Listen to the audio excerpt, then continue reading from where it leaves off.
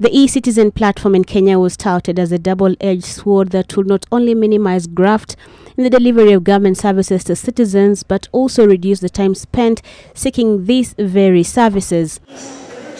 Through paybill number 206206, citizens will be able to pay for services like registration of businesses, renewal of driving licenses, and even application of passports. And it has for the last 3 years done exactly that. But now that service is the subject of a legal tussle as Treasury seeks to wrest its control from the hands of a private entity. A premium rate service provider, Goldrock Capital Limited, has moved to court seeking orders that will stop the government from taking over the reins of this portal.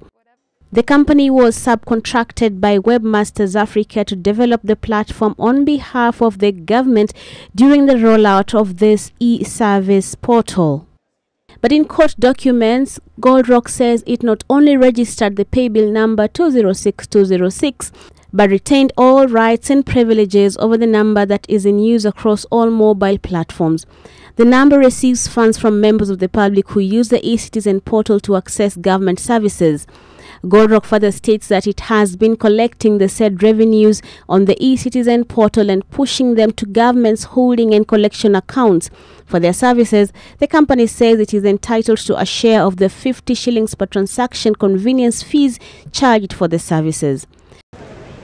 The government, on its part, through the National Treasury's Permanent Secretary, however, says the service provider is not designated nor authorized to collect revenue by the Cabinet Secretary or the National Treasury. The government also maintains that Goldrock knew that the paybill number was a property of the government and that the company was expected to relinquish the rights to Treasury once it was able to manage the systems. The National Treasury took over the running of the portal's payment system in April this year. Goldrock now wants the government compelled to pay it 127 million shillings that was in the account prior to April and a share of the 50 shillings per every transaction conducted ever since.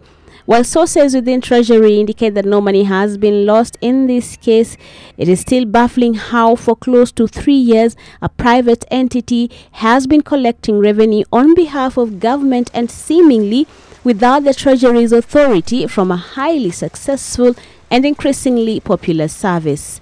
Brenda Wanga, NTV.